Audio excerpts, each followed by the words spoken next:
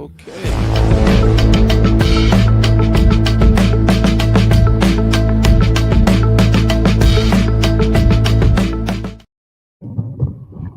What's going on, y'all? Trial and error back for another week. I'm Brian. Fearless here. All right. And so this week we're talking about basically the Overton window and the death of intellectualism. Hey, I'll Um, be right back, bro. Right all back. right. And one of the reasons why we wanted to talk about this is um, we're kind of running into this thing where we're kind of seeing the death of knowing things. And I feel like that's an important conversation to have because people like we've reached this point where people are happy not knowing stuff. And so we're going to talk about how the Overton window plays into it. Fearless has some historical examples. We're going to explain what the Overton window is. Um, and this is kind of a conversation. It's not necessarily a debate, but if you want to jump in, make sure that, we're keeping, make sure that you're adding to it. But we are also taking comments if people want to hop in on the conversation and jump in. Before we get too far into the thing, I'm gonna do a little bit of a pitch about our stuff. Up at the top of the screen, you're gonna see a QR code for my stand store. I'm basically making all of my copywriting assets, all my marketing assets available to y'all. And so you go to the stand store. So far, you're going to what I have on there right now is link to my community. You can book a call for a quick social media audit, or you can join my school community where you get direct access to me and my marketing brain. And so that's what I have out there. I'm going to be adding stuff to this. So you're going to start seeing more and more content loading up on my stand store. I think that, I have a lot of information I want to give and I'm kind of compelled to teach people. And so that's what we got going on. But I got a couple of things here. Let me get my stuff situated real quick. And so when we talk about when we're discussing this death of intellectualism, it's not just I don't frame intellectualism or intellect as agreeing with me or saying things that I'm in agreement with. Um I think we a lot of times, especially on social media, it always degenerates to that. The conversation always degenerates to the person that doesn't agree with me is dumb. Like that's what it boils down to. And I feel like that's kind of a reductive way of having conversations or interacting with one another on social media. So when I talk about the death of intellectualism, I'm talking about the concept that people are happy. Like, here's the thing. So you could tell somebody how something works, right? If they disbelieve what you're saying, they will manufacture their own way of it working, and that for them is a suitable answer, as opposed to them believing a thing that they can't conceptualize in their brain or they don't quite understand. They will make up an answer that they can understand themselves. And I almost feel like then you can go on social media, you can go on the internet and instantly confirm this fake reality that you've made up in your own head.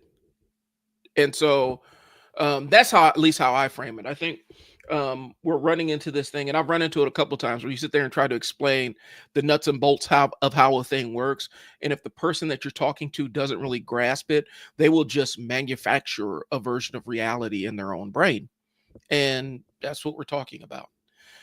We have unlimited access, unparalleled access to pretty much every piece of information that has ever been written or said or stated, all in the palm of our hands with these phones. And people functionally know less than they did 10 years ago. And people like I don't know if there's a parallel where we got instant access to all information and people's intellectual curiosity died or whatever. So that's what we're going to be talking about. And we're also going to be talking about the Overton window. And you guys are going to get a chance to see what that means from a media standpoint, the way that we consume information, the way that we have online discourse with one another, the way we interact with each other, what the Overton window actually is. So those are the things that we're going to be discussing today. There is this thing, and Fearless and I have talked about it. um, where we talk about how people see, right? There was a study that was done in the 90s where they talk about people having a profound misunderstanding of how vision works, where I believe it's the emissions theory of vision, where they think that the way that we see as human beings is that we emit something from our eyes and then it gets reflected back to us. And that's how we see. And it was a disturbing amount of adults that actually believe that, because the scientific explanation was too sciency for them. So they just manufactured a belief system based on things that they can understand. And whereas that used to be something that we viewed as problematic, it is not that anymore. Right. So but yeah, that's what this conversation is about. If you have comments you want to throw in your lot, throw in your 2 cents, go ahead and drop a comment. And chop them up on air. Fearless, I've kind of Yes, prepped it for sir. the show. What you got going, man? Nothing. I just want to listen. 'Cause, Okay. you hit me up this morning like, hey man, let's talk about this. Perfect. I love it. Okay. So I'm getting my notes together. If you got anything you want to pitch here, go ahead. I'm gonna be putting our notes on the screen for us here. Not hit me up if you need to talk. That's basically about it. Okay. So we're talking about the Overton window, right? And so Mm-hmm. should you want to show? I have an image queued up of what the Overton window Go essentially ahead, is. show it. All right. So we'll share the screen here so you guys can see what we're talking about. Share screen, share screen. All right. So when we're talking about the Overton window is essentially what is acceptable in the realm of public discourse, right? What things that are, and the way that they have it laid out is you have something that's a popular idea on the left, popular idea on the right. In the middle, it becomes policy, right? A public policy. And as you get further along with the window, you start shifting into sensible ideas that may not be mainstream, ideas that could be acceptable depending on the context, radical ideas, and then the unthinkable ideas. And that's kind of the spectrum, right? The So concept. so Go ahead. let's give an example. So Okay. one of the things that I was reading about today was um like something like same sex marriage. That was so outside of that uh, window that it was like unthinkable. Yeah, you Yeah. see what I'm saying? Not just radical, but unthinkable. So Hmm. at first, that was an unthink. Matter of fact, they didn't even discuss that. Right? It wasn't even a possibility. Then, when people start bringing it up, it became radical. But then, what happens is what you keep hearing it, keep hearing it, keep hearing it, keep hearing it, keep hearing it, and then it moves to acceptable, and then it's sensible, then it's something that's popular because more people, and now it's a policy. Hmm. So it doesn't start from the policy and then work itself out. It starts from unthinkable and works its way in. Well, and so here's a couple of other examples.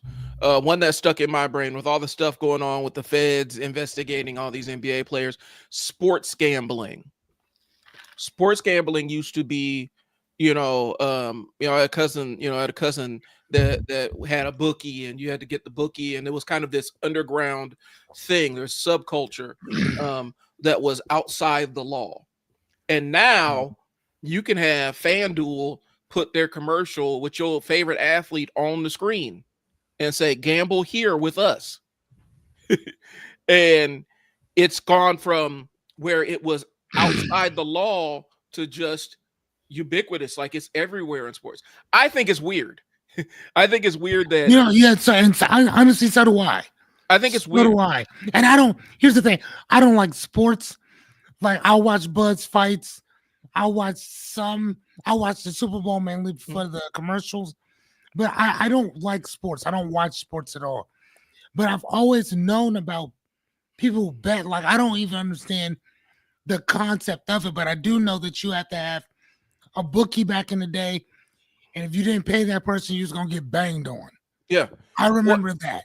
Well, and the reason why I think it's weird is I'm not here to say gambling in a moral argument about gambling. I really don't care. My problem is, so we're putting all of this sports betting in proximity to where some of these sports betting entities can even have their logo on uniforms and on the court and everything. But if an athlete even touches the app to do any kind of sports betting, they are barred, they are banned, they got federal charges. Like there's an investigation that goes on. And so you have all of this stuff in proximity to it, and to the point where these sports betting things are hosting or are sponsoring teams and putting their names in on the floor on stadiums, which costs a fortune. So they're in proximity, but if the athletes even look that way, they lose their entire career and could go to jail. I mean, well, no, that makes sense though, because look at the student athlete thing with the NCAA in general. I mean, look at how much money they made off the likeness and image of these kids going in there, but those kids could not take anything. They couldn't even accept a meal. Yeah, from McDonald's. But now without losing their scholarship and all kinds of stuff. But the NCAA, they made billions off of them. And now the Overton window shifted because there's legislation, specifically in Nebraska, there's legislation where compensating athletes for name, image, and likeness is now written into the law of the state. And so NCAA, in order to operate in the state, has to comply with the law of the state and allow for it. And so the Overton window has shifted on that aspect, where that used to be something that was unthinkable, and now it's public policy. Which is really crazy to me because, and again, I don't really understand what's all going on. So I'm just going to say what I do get and then go from there. But how many times did Floyd Mayweather bet on himself? How is it that he can bet on himself, but these other people cannot? Vegas. Because I don't understand the betting is betting. Well, gambling is gambling.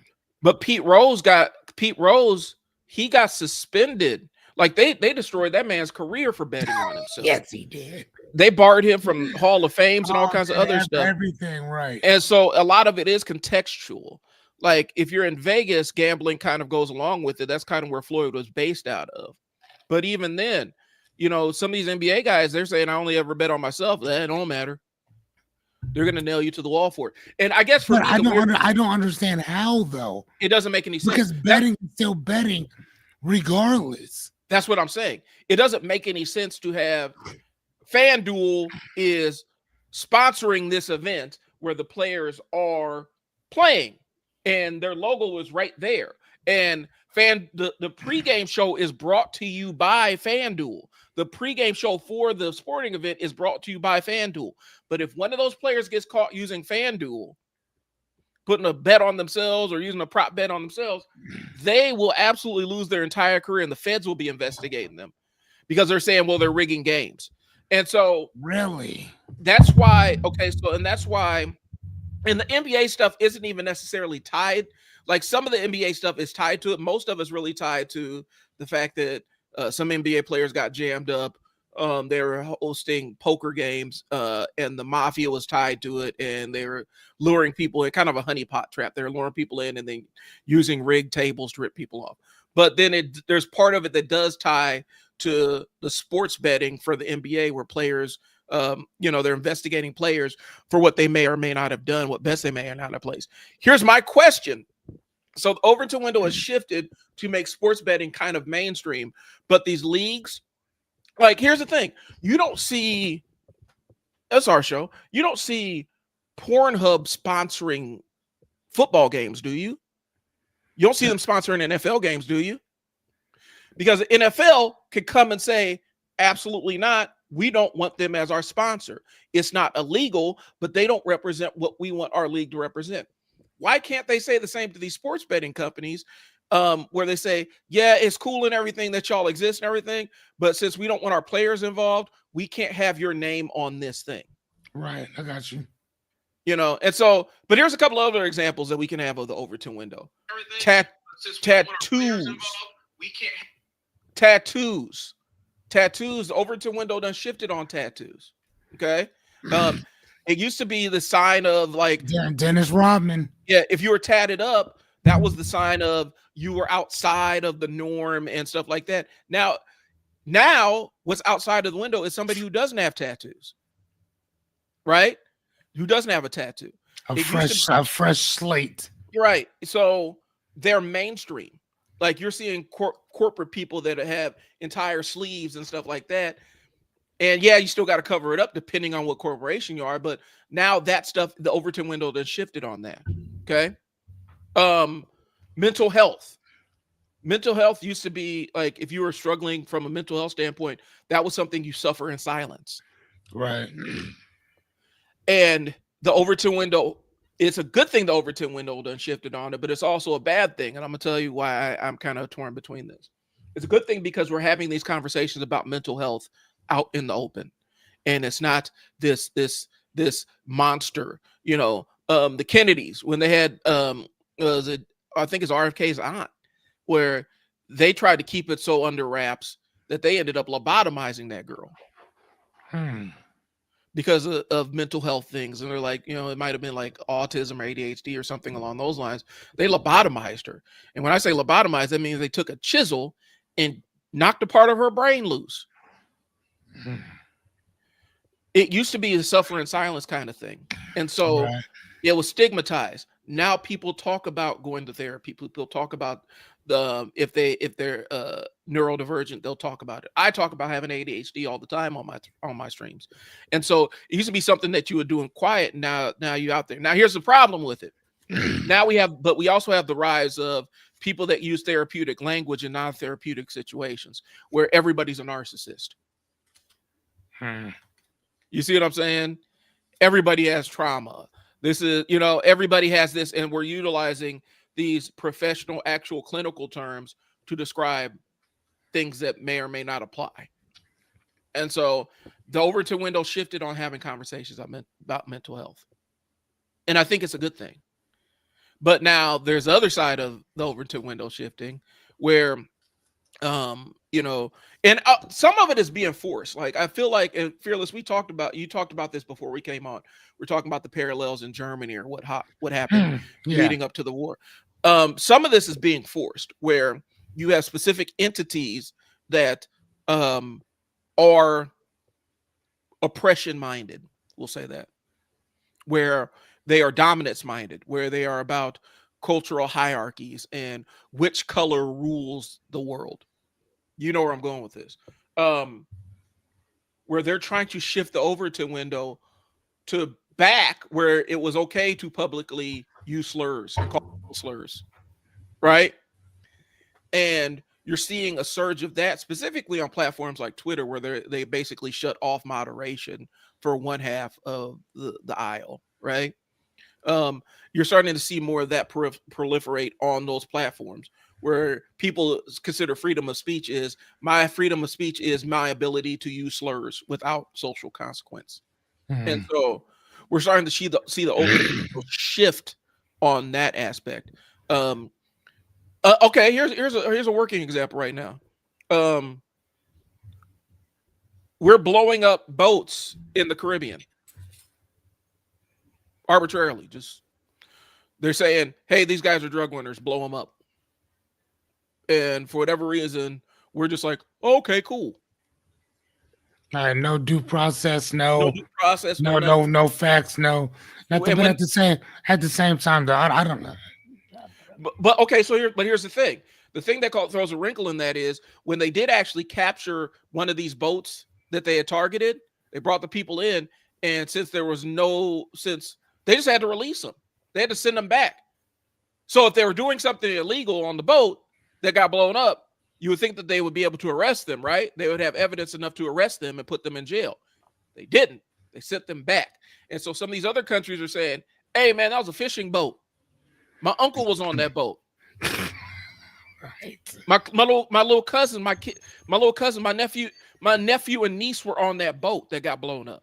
Right. And so now you have countries that are saying that, and now we're coming back saying, "No, there's drug runners." The Overton window done shifted where, if you were doing that, it wasn't broadcast on the news. Presidents have always utilized that extrajudicial authority to basically essentially murder people on behalf of this country. I'm not saying that's right, but it definitely wasn't Yeah, man, we did that, man. Yeah, shoot. Yeah, we blew up that boat.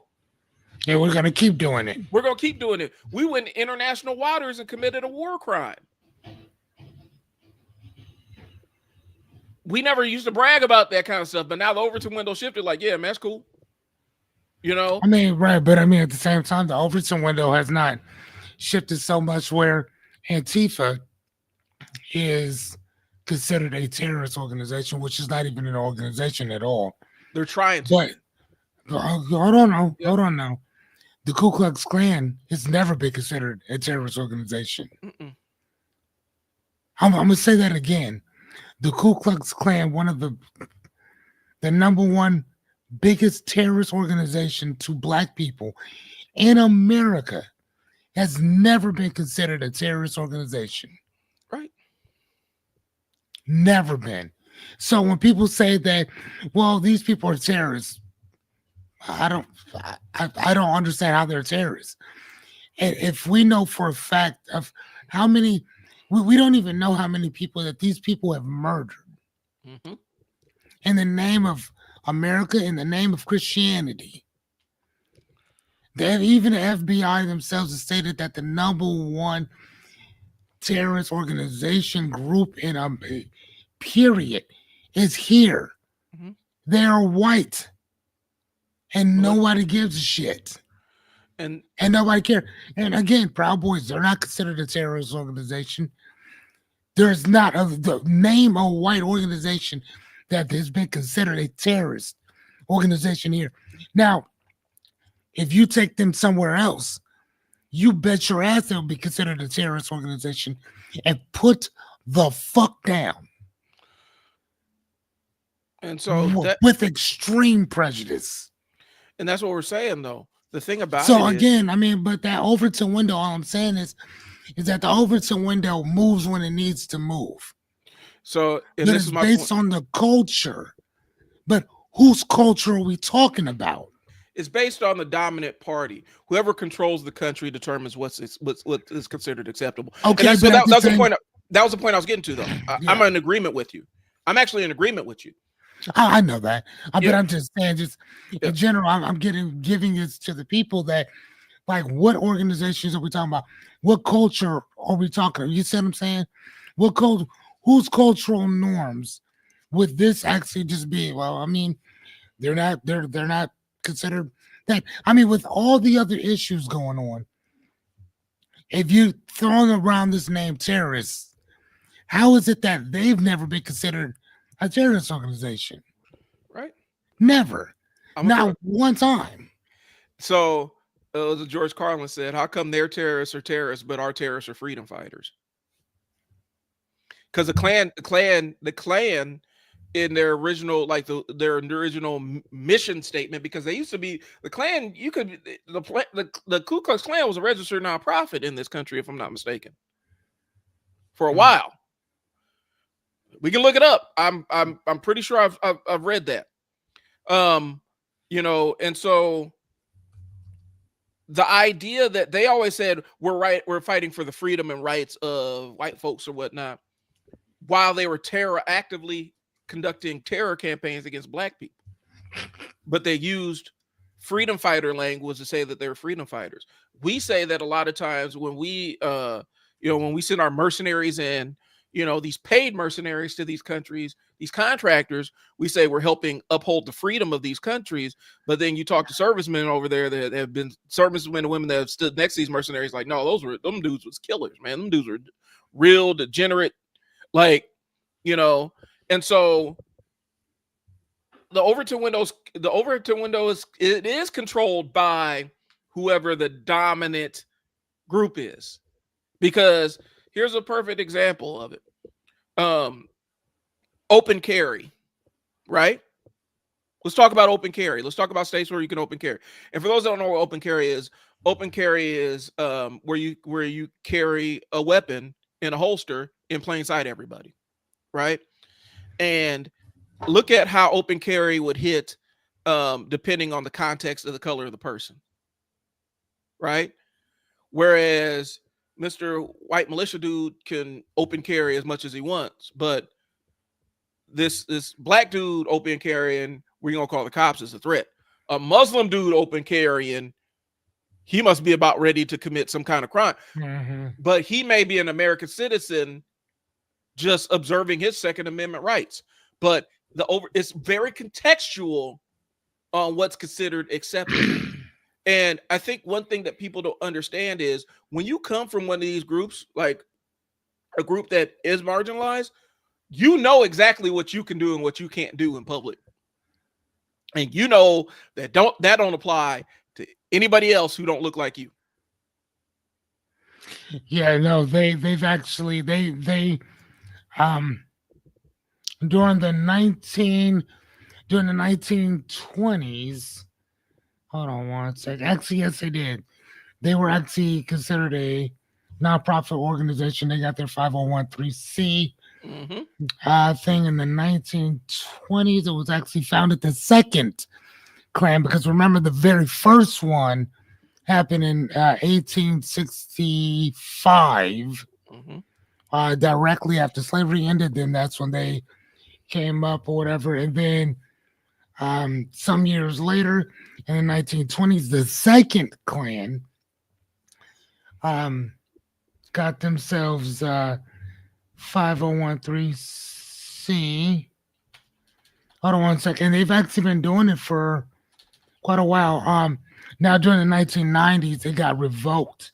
Yeah. In 1990, 1987, they actually lost their nonprofit status. Now again, this is 1987, not 1887, 1987, Yeah. for the lynching of Michael McDonald in Alabama because it bankrupted them.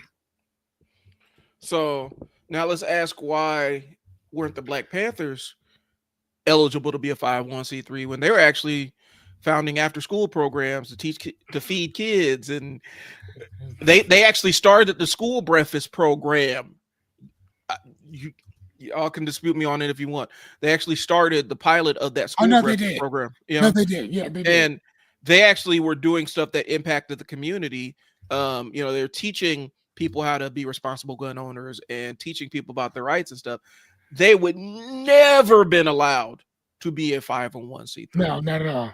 But the Ku Klux Klan, so They were. the Overton window, it depends. It's contextual. We're just talking about generalities right now. And so right now, we're starting to see a lurch towards the right in terms of, okay, so now some more what used to be fringe people in the right are now more mainstream.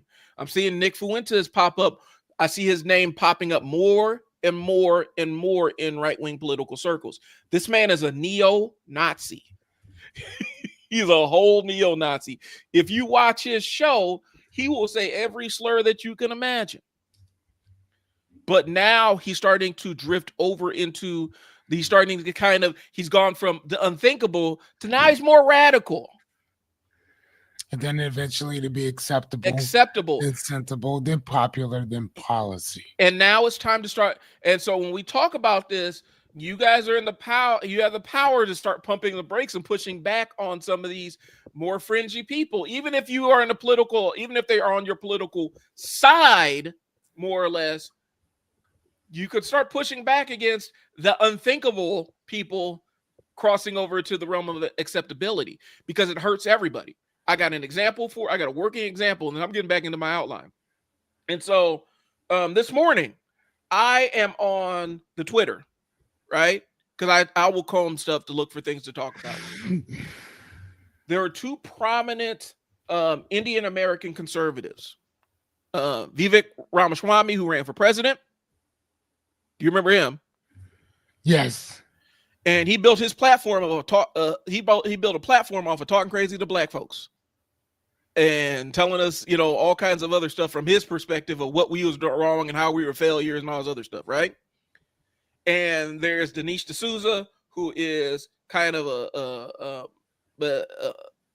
I don't want to say, I would say he would be the Indian equivalent of Tucker Carlson on the right?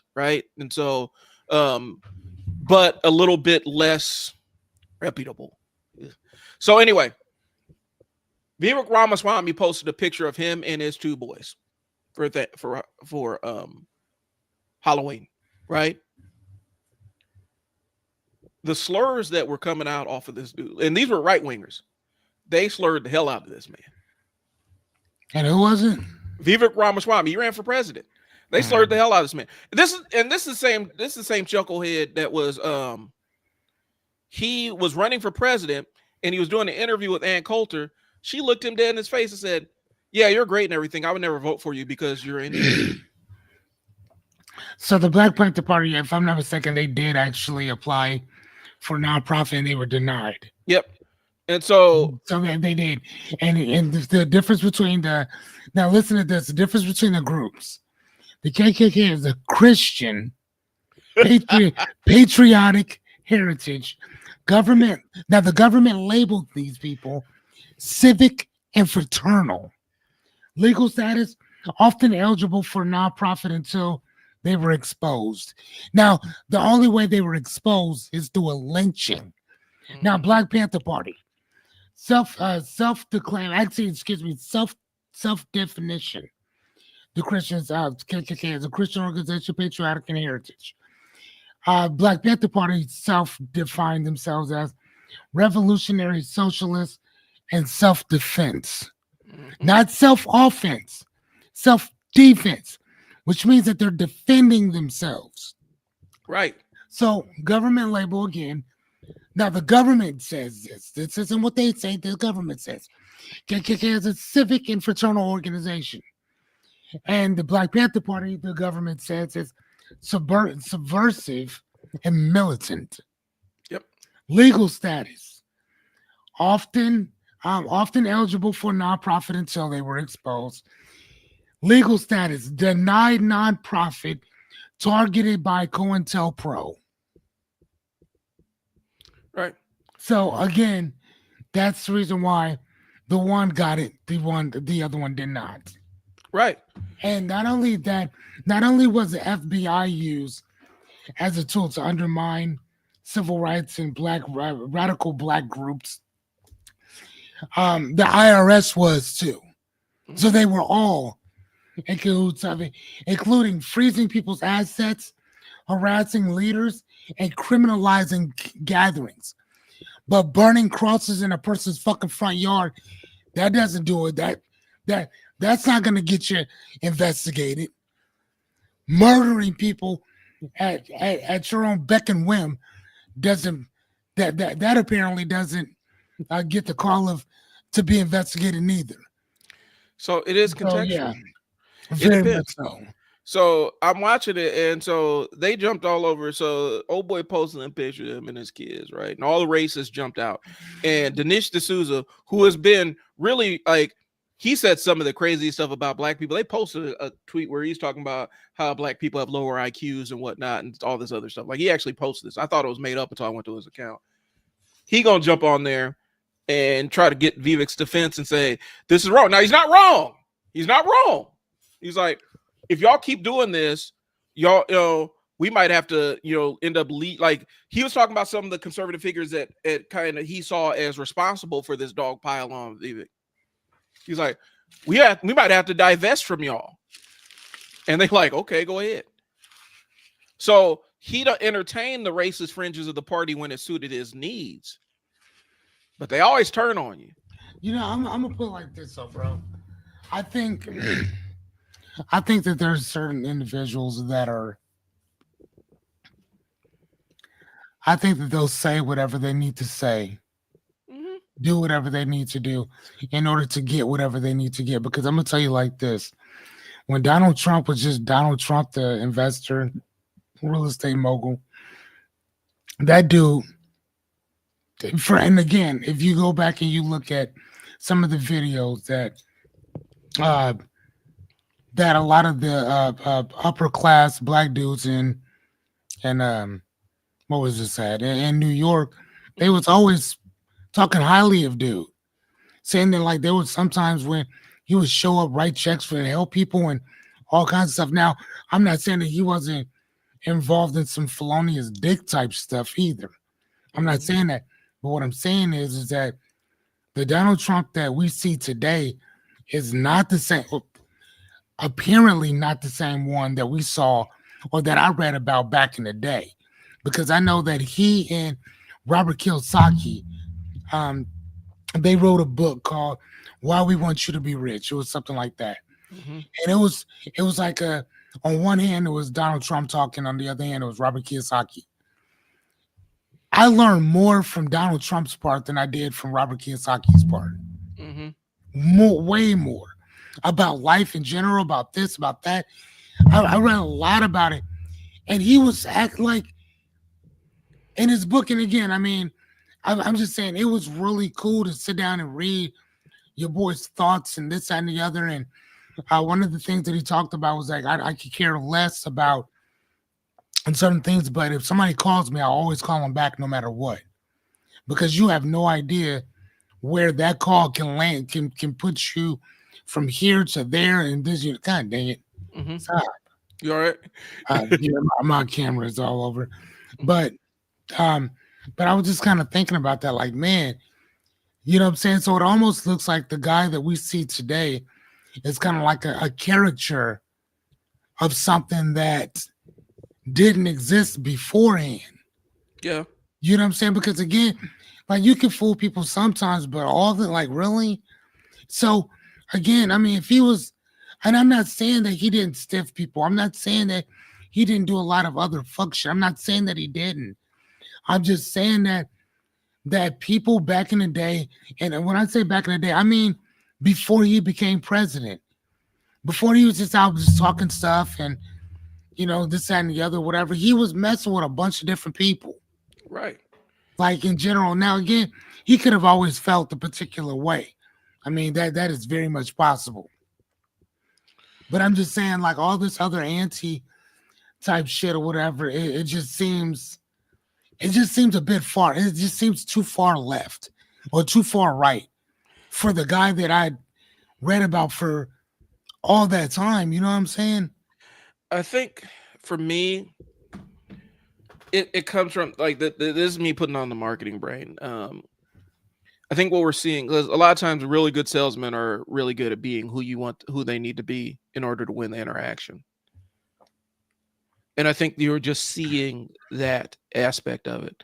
Yeah. Um, I don't know if there's a real, like, I don't know. We talk about we need to find out who the real person is, who the real person is. I don't know if there is a real person outside of the salesman. Mm, I think that it's all salesmen, and he knows where his bread is buttered, and so that's who he's gonna pander to. I know, like Kiyosaki, the reason why Robert Kiyosaki hasn't really grown, like he has his empire or whatnot, but he's never really evolved past where he's been, is right. because he actually does have internal beliefs, and some of them are really terrible, but he does have a framework of ways that has driven his life. He invented that entire rich dad poor dad archetype and character and stuff like that narrative, and it's benefited him. But Mhm. he also has some things that he thinks are core beliefs. And if you really, and I know that you take things with a grain of salt, but I'm letting the crowd know, if you like Robert Kiyosaki, do not look at his social media. Oh, really? Yeah, I don't. I never have. it's stuff that you won't like. If you're a I fan mean, of I know his, that he's an avid Trump supporter. yeah, I mean, again, hell, they both wrote a book together. yeah, Or but whatever, like in general, yeah. it's more than that. It's just him talking about Rip stiffing his employees and like kind of celebrating the idea of it. Like he's not a great guy. But I've read Rich Dad Poor Dad, and yeah, it had some great allegories in it. Um, you know, was it applicable? It depends. I mean, this is the thing I found out. I was watching this guy, one of the weightlifters I watch. And basically he said, he's like, here's the thing. You can give people all the basic information. He's like, because the basic shit works. Hmm. That's why it's the basic shit. It always works. So as long as you tell them the basics of a thing, they're going to have success if they duplicate it. if they implement the basics. He's like, but that's how people fool you, because they'll tell you the basics and then add a sprinkle of their own stuff on top of it. And now you think that they're innovating something when all they did was just tell you the basics. And he's talking about in the frame of reference of training for strength and stuff like that, which is true, but it also applies to other things. And so when I look at the Robert Kiyosaki, yeah, he tells you some very common sense things from an investor standpoint. These are basic stuff that you would learn reading, a lot of stuff that Warren Buffett recommended early on. So it's basic stuff. It works historically. But if you're looking for insights, I don't know. Anyway, that's just my aside on it. I think that Robert Kiyosaki, the reason why he isn't involved, because there's an element of him that's not the salesman where he's going to say whatever is required. Because when you will say whatever is required, when you say whatever is required, that means that you don't really have much of a moral anchor to anything. You don't really believe in anything. Right? Mm-hmm. That's just my take. And so when we talk about old boy in office, that's how I view him. I view him as an individual that will say literally anything. He'll say anything to win an interaction. Okay. And so I don't think he believes really in anything. I don't know. Even some of his books, most of his books are gold written. So we don't even know if that's him. Right. So that's all I'm saying. But okay. I think what you're saying is I think that's that's how I would view it. Now he could be this could be authentically him. I don't know. I view him as a salesman. So anyway, we're talking about the Overton window and what was socially acceptable and how contextual based it is. A lot of it depends on who's in charge, right? And so what's acceptable for one group of people, what's publicly acceptable to discuss for one group of people will be absolutely not publicly acceptable for other groups. It always depends on who's in charge. Okay. So we talked about it. We gave you some examples. Let's talk about exposure versus understanding. Familiarity of a concept is not the same thing as mastery of a concept. Right. Right. The examples we see, people talking about geopolitics off of a TikTok reel or a TikTok video. Their entire understanding of this geopolitical debate is boiled down to what somebody said on TikTok that they agreed with. Somebody watches a 14-minute YouTube video about nutrition, and now they're arguing with dietitians about stuff. A secretary of health that falls down the rabbit hole of a couple of conspiracies, and now they're expert about immunization and virality, virology and all kinds of other stuff in autism. That's mine. People reflect. This is one that they're throwing up. People repeat phrases like algorithm or inflation or late stage capitalism. They can't define any of that stuff. Mm-hmm. DEI is one of those buzzwords that people can't really define. What's that? I have no idea. Well, it just popped up on our screen. Let me see if I can fix it. There it goes. And so what we're saying is people will get super familiar with these terms and just kind of throw them around. And I feel like what happens is specifically is when we start playing these kind of games, people will assume that they know what something means, and then they'll start playing around with they'll start segmenting out the words. The one that blows my mind is when we talk about I heard when somebody was talking about neoconservatism, right? Mm-hmm. They're talking about the neoconservative movement. And they say, well, I'll just do neoliberalism. Well, neoliberalism is not the opposite of neoconservatism. It's not. Okay. Neoliberalism is the parent that neoconservatism was born of. Right? Gotcha. And so they're not the same things, but people didn't have a real understanding of what these terms mean. And so they just say them. Okay. They just say it without really understanding it. And so social media has exposed us to new information, which is dope. I love the fact that more people know more about things than they did 20 years ago. But I think it gives us a cursory understanding of stuff without having an in-depth understanding of it. Mm-hmm. And so You have political debates with people that will sit there and talk about political part, like history of political parties and who's voted for what and what demographics and all this other stuff, not understanding that the US political system, the party system changes every 20 or 30 years. And the party, the current party, the current Democratic Party of now is not the same Democratic Party of 1996. And so, like when they say that it was a Republican Party that freed the slaves, we're not talking about the same Republican Party as you're talking about. Right. Right. I mean, so if you say that it's changing every 20 years, then the Republican Party at that particular time is not the same as now. The Democratic Party is not the same as it was. If I'm not mistaken, I think it was, what was it?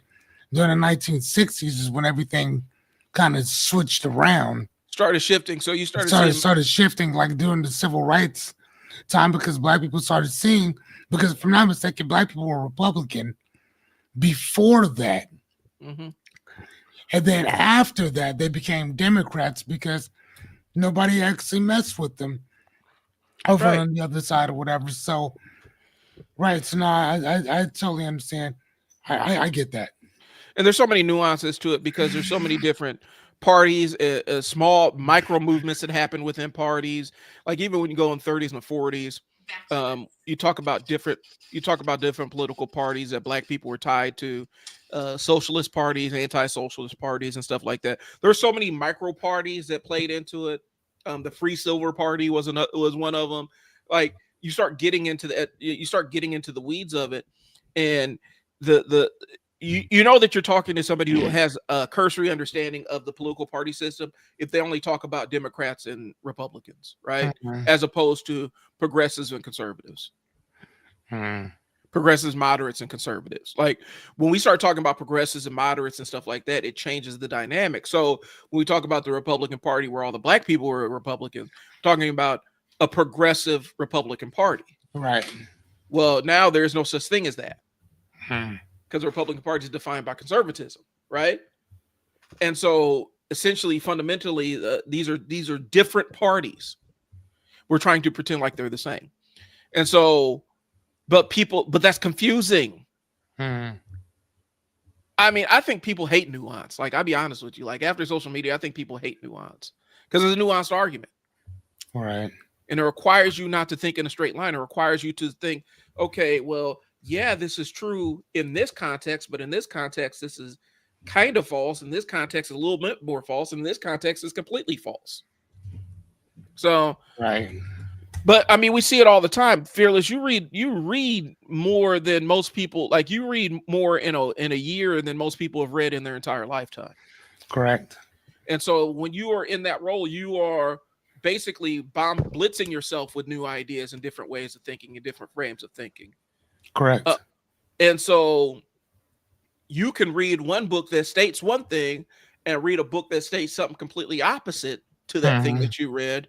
And you have the bandwidth and depth of experience with all this and familiarity with all these concepts to understand, well, one doesn't negate the other one. They're just coming from different perspectives. Yes. Yep. Yeah. I just read, I think the book's out in the car or whatever. So, and again, the word that you just said was nuanced. One of the books that I read, I think that I told you about it before, was this one here, the White Burgers and Black Cash, Fast Food from Black Exclusion to Exploitation. And again, you don't think that something like White Castle would have deep racist freaking views on anything, right? And you think the same exact thing about KFC. You think the same thing about McDonald's. You'd say the same thing about Burger King. You'd say the same thing about majority of the restaurants that you see out there today that are in these walkable neighborhoods. And you're like, oh man, they always looking out for us. If it's like, dude, if you only knew. And again, I mean, Donna Millie's is a focal point here in Omaha, but they didn't sell to black people either. Like, you know what I'm saying? Like they didn't. You know what I'm saying? I'm not saying that their food's not still absolutely delish because it is. But again, I'm also not going to hold you to something that happened 30, 40. I'm not going to say 30. I'm going to say, however, many years ago. It's almost like when I think about like Tesla, for instance. I have a Tesla. Uh-huh. One of I've had a lot of cars. Tesla is my favorite car by far. Favorite car by far. But this is what I will tell you. People say that, well, I don't want a Tesla because I don't want to support Elon. Cool, you don't have to support Elon. But I want you to think like this. Elon, the one thing if I could say something to him, it would be, bro, where's my camera? My camera's right here. Elon, shut the fuck up and just build my car. Stop talking. Yeah. Like, you can't fix your own country. So don't try to fix this one. Right? Yeah. So that's what I would tell you, sir. Respectfully speaking, make my car and keep your mouth shut. Okay? So going back to us, you don't think that Henry Ford felt the same way about black people? He was a Nazi supporter. Oh, he's big. You know what I'm saying? Like, seriously, it's like, so let's not act like Elon's the first person to be like this. Let's not act like Donald Trump is the first person or the first president to be a piece of shit. Let's not act like that. Let's not act like he's the worst of the worst. No, there's other ones. We got Andrew Jackson out here, bro. Like, Andrew Jackson was a terrible. And I'm gonna throw this out here. You mentioned White Castle. What about Johnson? What about Johnson? He was just as bad too. Yeah. He was the one after slavery ended. He repealed everything that Lincoln said. Yeah. So all that reparations that we were supposed to get, he's the one who made sure that we didn't get it. He's the one who made sure that all them white dudes got their land back, and then they got reparations. So don't fucking sit there and act like you've done us a fucking favor, because you haven't. Stop that shit. Yeah, Andrew Jackson was a pretty terrible person. Oh, yeah, it's horrible. Well, and I'm gonna say this about White Castle. White Castle tastes racist. Like,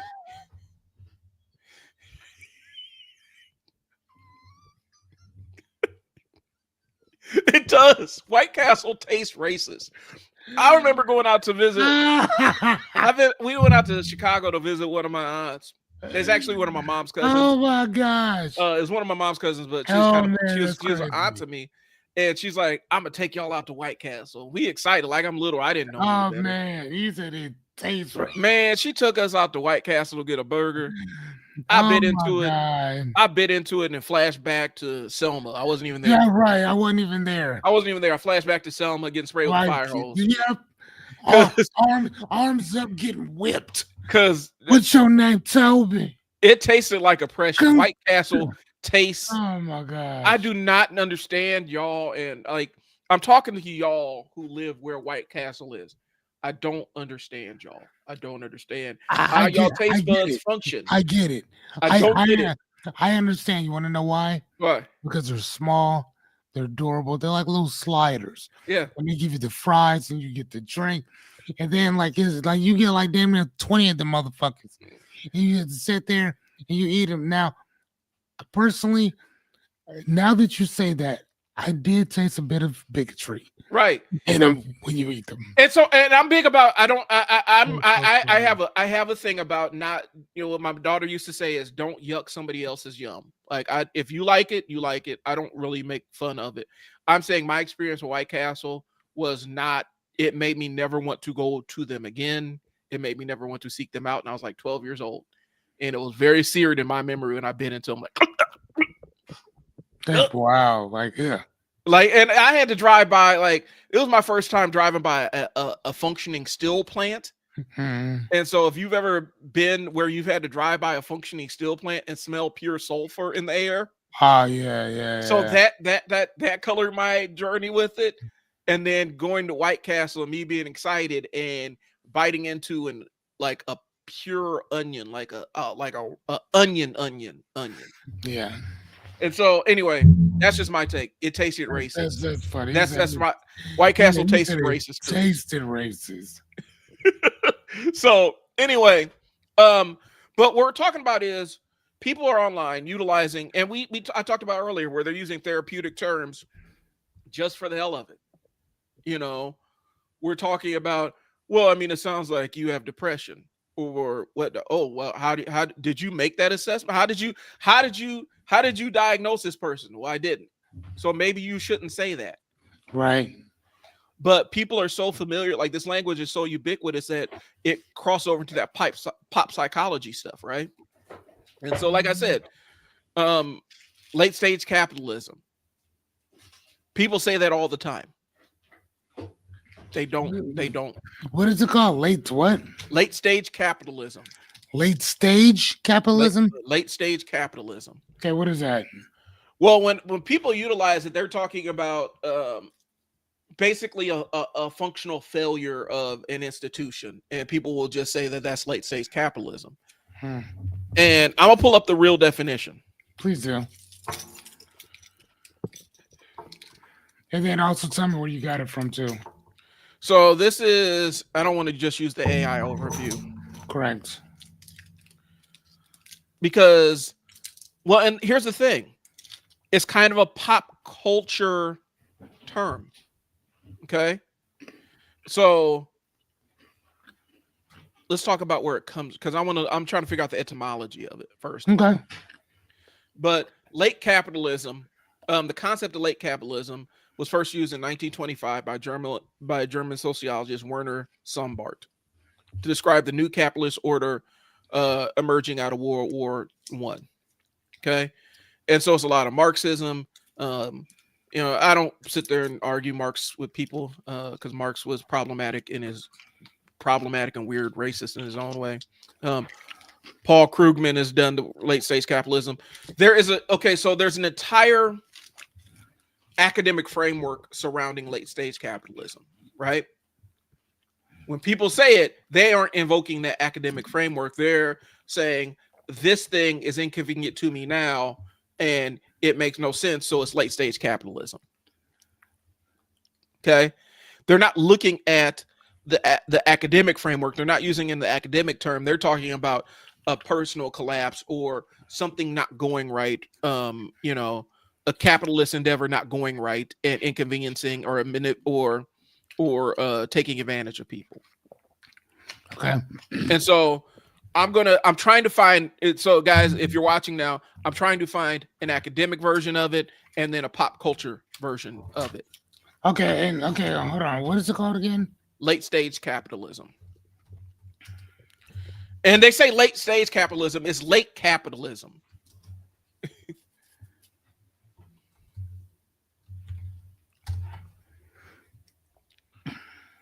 Is post-capitalism, and so there's an entire academic framework around these terms, is what I'm saying, guys. And people utilize these words like it's just, well, the fact that Netflix keeps raising the price on things and their selection of shows and movies is going downhill. Oh, matter of fact, if you look at like soda, for instance. Yep. If you look at like soda pop, for instance, the cans keep getting smaller and the prices keep going up. Yep. So a couple of the things is commodification. It suggests that under late capitalism, everything, including all aspects of life like art, social issues, become a commodity to be bought and sold for profit. Work exploitation, consumerism, globalization, dominance of multinational corporations, increasing wealth, equity, and income. These are the characteristics of people. These are the things that people, when people say it, they are kind of mentioning this, saying it kind of in the same frame, but it's not the academic application of it. Okay. And so they're familiar with the term without having the full understanding or the full contextual understanding of what it means. It goes the same thing with diversion, equity, and inclusion, right? I keep telling people don't believe me. Veterans work programs are DEI initiatives. Putting Braille on the elevator buttons is a DEI initiative.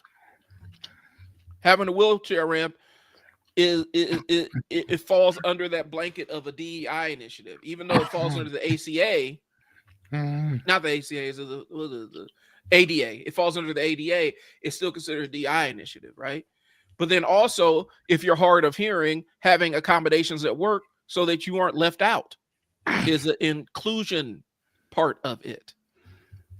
And Right. so people, but And I also, and not to interrupt you, but that's the part that people consistently keep getting um, misconstrued. I think when we're talking about race, we're yes, not talking about diversity, equity. We're talking about inclusion, to include other people in your stuff. That's all it is. right. And so when we're talking about that, so when they keep talking about airline pilots, they're not saying that oh, we need to bring in people that are fucking stupid. We're saying that we need to open this up to everybody as opposed to just these individuals right here. Because how about when if this guy over here scored the top of his class, but you're not even looking at his application. Lowering the threshold, because Whatever. I've done it. Right. I've done like so one of the things is when I was like in eighth grade, I was in aeronautics. Like I took an aeronautics class, and so that was supposed to be my pathway. Is either going to be engineering or aeronautics. Um, and so as part of that, my mom she worked like a part-time job an entire summer so that she could put me in this young pilots program where they worked with kids and taught them the basics of flying a single prop Cessna or whatnot. And Mhm. so by the time I was 14, I had flown a plane. You know what I'm saying? To be a commercial pilot is prohibitively expensive. To Really? 98%, 98%, and I'm just throwing out a number here, so don't quote me on this, but it's probably inaccessible to about 98% of people walking around right now. Not because they don't have the capability or capacity. It costs well over 150, $200,000 just to get in the position where you might be considered for a commercial pilot's license. The Really? testing, all the stuff you have to do, all the classes you got to take, all the certification, everything, it is obscenely expensive. And in a country where wealth At your own cost? at your own cost, Really? in a country where wealth flows up to a specific small segment of a demographic, that's how you get mostly white pilots because it's so expensive. Mostly white commercial pilots. Plus, to even sit in a commercial pilot seat, the background checks have to come back crystal clear, squeaky clean. Like parking violations, like speeding tickets could derail you. And so there's all kinds of things that you have to do. So if you see a black pilot, they have gone through a level, a black commercial pilot, they have gone through a level of filtering that you will never ever experience. But it's cost prohibitive. And so the DEI initiative behind that is make these programs more accessible to a wider group of qualified applicants. So again, when we talk about diversity, equity, again, it's the equity and inclusion Yeah. part. So it's not that hey, we just need somebody black. It's like no, we have to include a few other people as well, or whatever. So like, dude, like everything in here is a beige community. Mm-hmm. You trying to tell me that we can't find nobody else? We can't find women. We can't find a little black dude over there who's been trying to do this for however long. So again, I think that that's the part that people consistently miss. Right. That's the part that we're asking for the most part is to be included. I don't give a shit if it's diverse. Like I'm here, so it's not like they're lowering their standards No, for anything. there's Like casting a bigger net. they're just casting a bigger net, which is better for everybody. It's not better for just one or two people. I mean, like I was talking to a friend of mine. We were talking about Maslow's hierarchy of needs, right? Mhm. And that dude, he was a eugenicist within himself, which is crazy as shit that we teach how to teach this guy stuff, though. Mhm. Anyway, so one of the things that I started to understand is that social contract that we all sign when you were born here. Again, I'm a philosopher at heart. I'm very pragmatic. So Mhm. I'm always looking at it from the standpoint of why don't you give us what we need and then you can fuck off, Right. right? Like give us what we need So y'all can go do your thing. And the other thing I was telling, I think we were talking about this before, is that government should be boring. It should be extremely boring. I should not know all the stuff that y'all doing. I should be able to see it. Right. Don't tell me. I should be able to see it. I should be able to see that each and every human being in America has free health care, has free dental, has free vision. I should be able to see that.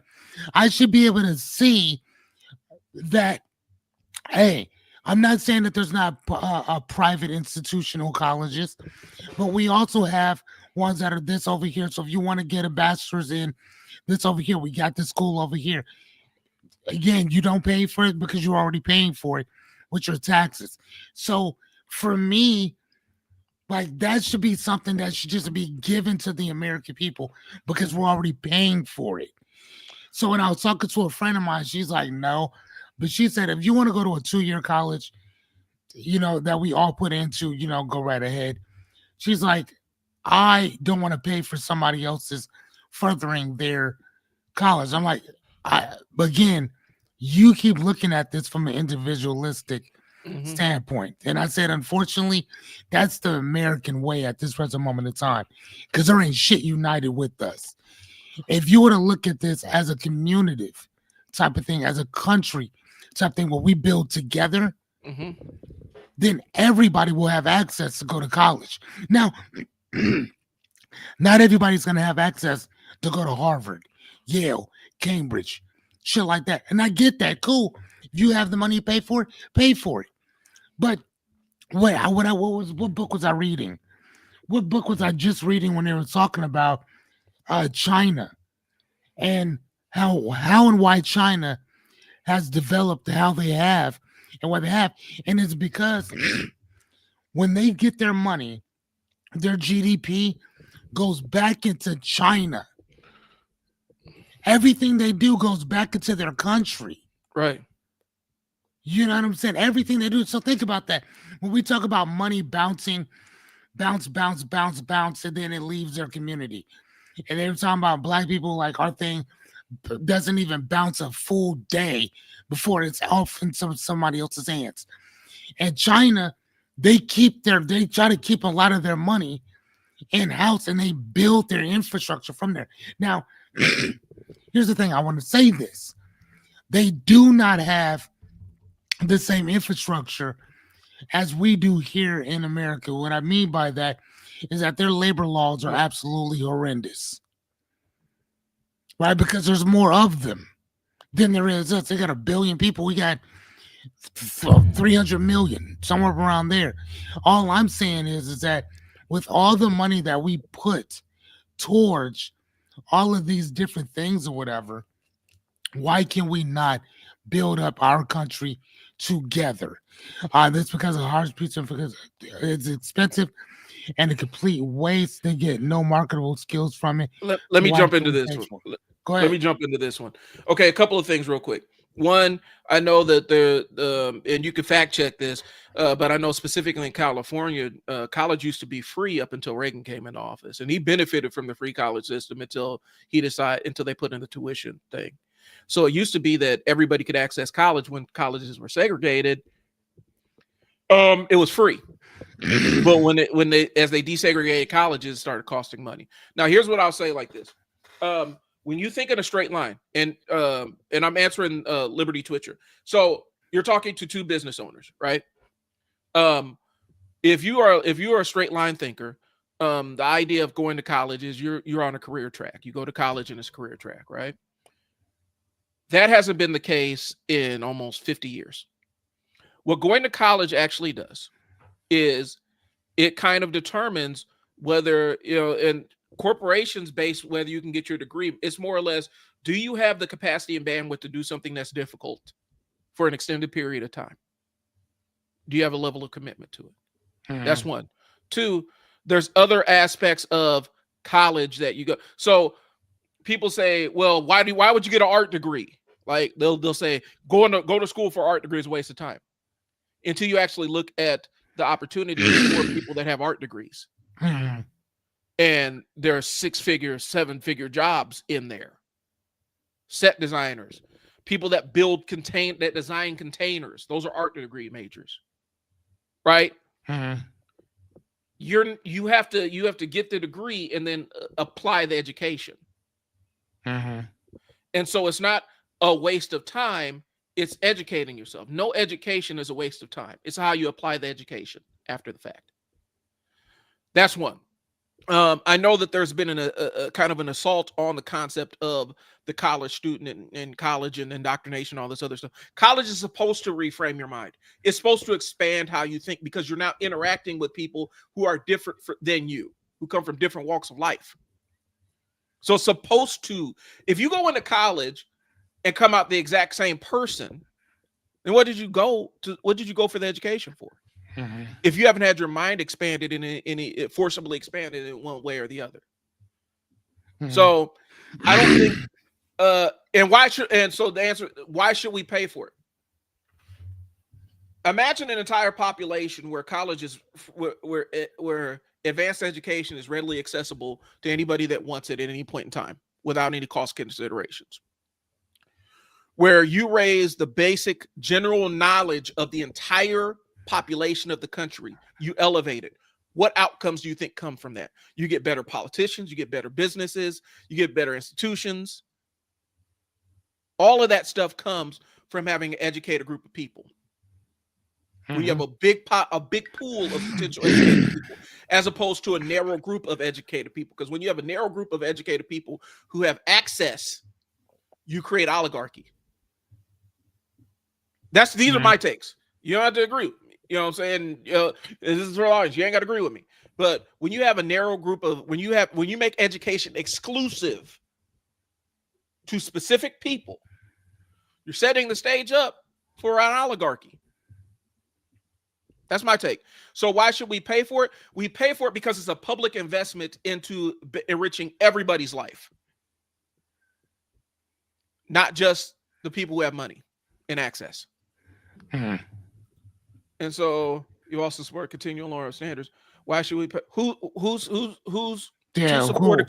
Who's done that? Who's done that? Yeah, I would love to know that. I don't understand. Like, who's continuously lowering of standards? Who's done that? I don't know if you watched the story. I told you I've done the young pilots program. I know exactly what it takes to be in the seat of a commercial pilot. Nobody is lowering the expectation for that, if that's the concept we're talking about. Right. I mean, so Liberty Twitcher, I get what you're saying. I mean, like, I'm not gonna lie to you, my guy. I mean, it almost kind of seems like cherry picking a little bit. What I'm talking about is that, from the standpoint that I'm coming from, is that we get exactly what we pay for. That's all I'm saying. And what I'm saying is, and here's the other thing. It's like, you're like, well, why should I pay for somebody else's medical bills if they're blah blah blah blah blah? What I'm saying is that we're already paying for it and we're not getting shit for it. Yeah, that's what I'm saying. Hold on. I love this. Test scores have gone down because you guys supported leaders who, for example, changed math in California so that a student's life experience can be taken into account when grading him or her. So again, you're kind of bouncing all over, whatever. So let's kind of stay on track with one thing. If you want to do a whole blast thing or whatever, that's cute and all, but that's kind of like that one-sided type of thing. If we're gonna do that, I would rather just not say nothing. So let's kind of shift, because you're saying right, because you don't. First off, bro, you don't know what I've voted for at all. And again, I'm the wrong person to be going up against when it comes to literacy and this and the other, because I love this stuff. Like, I read for fucking fun. See all them books behind me? Like, yeah, okay, so right. So I would stop making an assumption about me, because that's not where I am at all.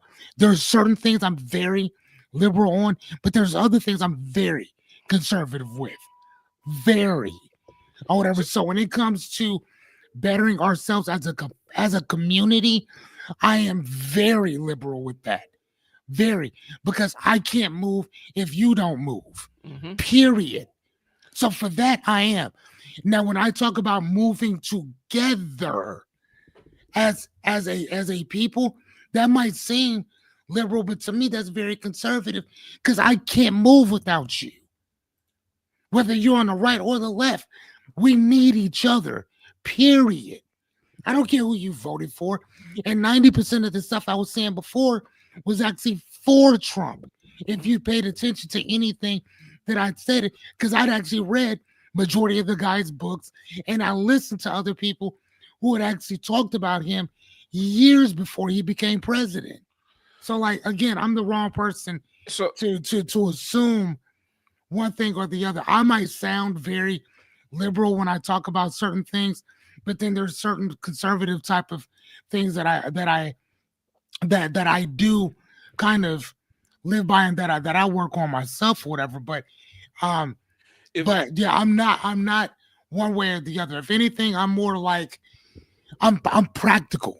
If that's a if that's the thing, I'm very practical because with all the money that we spend on everything else and all the money that we give that and I say I didn't vote for that shit, but mhm. we're giving all this money to everything and everybody else around us instead of fixing America.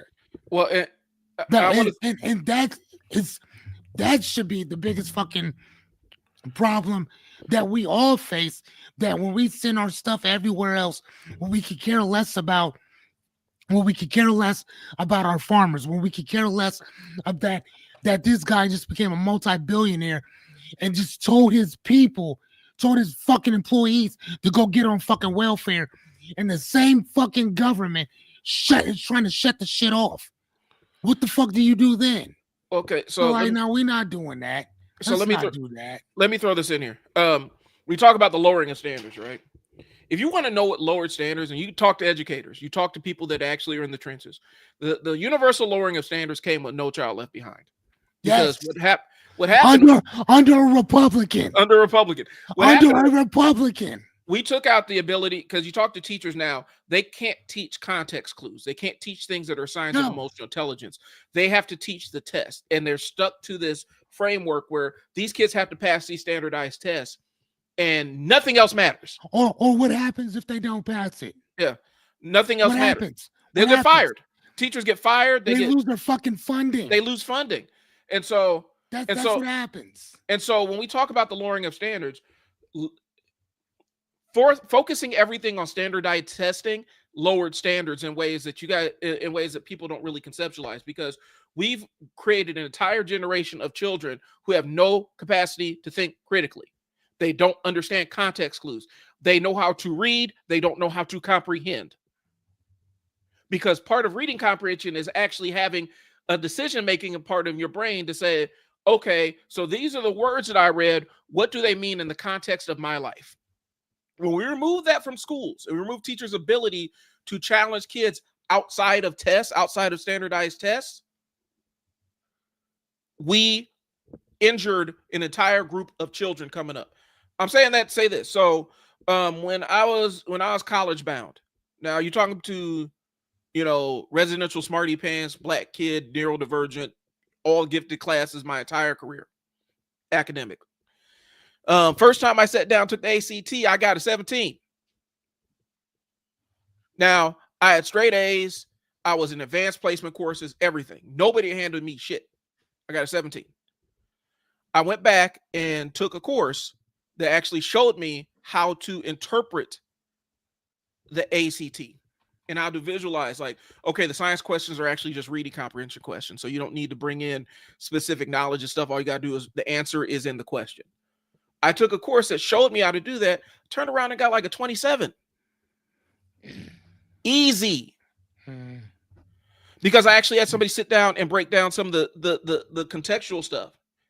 You're talking about somebody who tested out of most of my freshman classes in 11th grade. My freshman classes for college. I tested out all that stuff. There are cultural markers that can determine your test score. Right. So, but I also like what you just said there, and I 100% agree with you, Liberty. when you said that half of the kids can't even tell you the difference between there, and then they are, or whatever. Not, and let me tell you something very funny, right? Mhm. I at this present moment in time, I have no college degrees whatsoever. I've never even been to an actual college for any of this stuff, but I still have all these books because I love to read. Like I don't like reading. I fucking love to read. When I was in my early 20s, you know the one thing that I did, Liberty Twitcher, I went to a Barnes and Nobles, and because I started to understand that I did not understand where commas go, where semicolons were, I didn't understand there, and they are. I didn't understand the concept of them. Like I got it, but I didn't get it. Mhm. Two, and two, rain and rain. So I started buying those type of books. I think I have them over on the other side. Let me show you. Over here. Oh, hold on. Sorry about that. Nope, sorry. Look, look at me. Stop. Okay, shut it off. So if you look over here, that's where I have all the my books with the anything that comes to like reading. Sorry, give me a sec. Mhm. Anything that pertains to reading or something like that. To yes, very much autodidact. Mhm. Um, but at the same time, I also understand that there's shit that I don't know. So I try my and that's also the reason why I read so many other types of books or whatever because I don't know. I know what I know, but I also don't know what I don't know. So I try to read as much as I possibly can. So the one thing that I started to understand was like my son is 13 years old. He's in the eighth grade and he has an IEP, which is an individual education plan, because he has a learning disability. Right. He's about 2 grades behind. Now eventually he will catch up, but it still takes time. You want to know the reason why I trip on it, but I don't really trip too much? Because when I graduated from high school in 1998, and to tell you how old I am, right? Mhm. My grades were shit. I don't think I liked reading for the most part, but then I stopped because I thought it was nerdy. I thought it was stupid, blah blah blah, whatever. But when I hit 21, 22 years old, I got this thirst for knowledge that I could not stop. It was like, have you ever watched Brokeback Mountain? And homeboy had his hand on his hip and was like, "I can't quit you." That's how I feel about education. I can't quit it. I love it. So the thing that I teach my son, or I tell my son, is this: you may not get this now, but later on it'll make sense. Mhm. Our job right now is to figure out your learning style. I don't give a fuck how shitty your grades are at this point. We need to understand how you learn. That's it. You know what I'm saying? Like I like, bro, I don't like education. I fucking love it. I live for it. So when I see my son's grades, shit, the first person that I'm going to is the teacher, because I'm like, how is his grade so bad? And then they told me today, they said, well, we want to test him again. Does he understand the material? If he doesn't understand the material, you can test him all you want. You still gonna keep getting the same problem, right? So how about we work together to figure out how he learns, not just fucking remembers, but how does he learn so he can take this information to life? We are paying what we get. This shit. Listen, I'm gonna tell you. Let me tell you some more of my other stuff on this. Mhm. Since you brought it up, so I'm gonna go ahead. I don't think I find it a waste of fucking time and resources for our children to be in school for 7 hours a fucking day, for 5 days a week, and my baby comes home and doesn't learn shit. I find that a grave injustice. A grave injustice. Mhm. You see what I'm saying? I find that a grave injustice. So again, I mean, like, so when it comes to education, like I'm a huge, avid, staunch report. Like I fucking love education. in every way. But you're not gonna tell me that he's there for if he's late 5 minutes, you mark him tardy. 5 minutes, you mark him tardy. But he can be there for 7 hours a day and not learn shit, and that's okay though. So like, no, no, fuck them. And so That's how I look at that. And I'm matter gonna of fact, hold on 1 second. Where's my paper? Where's my paper? I have a little piece of paper I was writing last night on my little to-dos list. You know what I have on it? Start looking into homeschooling. I was just writing that shit last night. I can even show you on my thing. 1 sec. Hold on. Let me see if I can. Let me see if I can pull it up right quick because I was just looking into it because I'm so sick and tired of my kid sitting there feeling discouraged because he's not understanding. I'm like, well, honey, do you understand this concept here or that concept there? No, Dad, I don't get it. Did you tell? And I know that he told them because I've told him, like, hey, teach it to me and I'll teach it to him. You know what they told me? And I shit you not. I'm not exaggerating. They said, go to Khan Academy or go to YouTube and they'll explain it. I'm like, you didn't tell my fucking kid that. Like, you see what I'm saying? If I'm asking you to teach me so I can teach him, that means that I know my learning style. You see what I'm saying? So like, no, I mean, so again, I'm gonna get off my little soapbox now. But when it comes to fucking education, like I am a staunch proponent for that shit. But I will also call you out if you're fucking lazy. So and some of these teachers, I for some of y'all, I am so sorry, but the rest of y'all, you ain't shit. You should go get a job doing something else. And so I'll take, I guess it might be the other respectfully speaking, the other position on it. So and then the other side of that, fuck you. That's so for me, I am a public education kid. Came up public education. Went to a school in the historically black neighborhood of my city. It was also at the time, it was one of the top 17 schools in the country.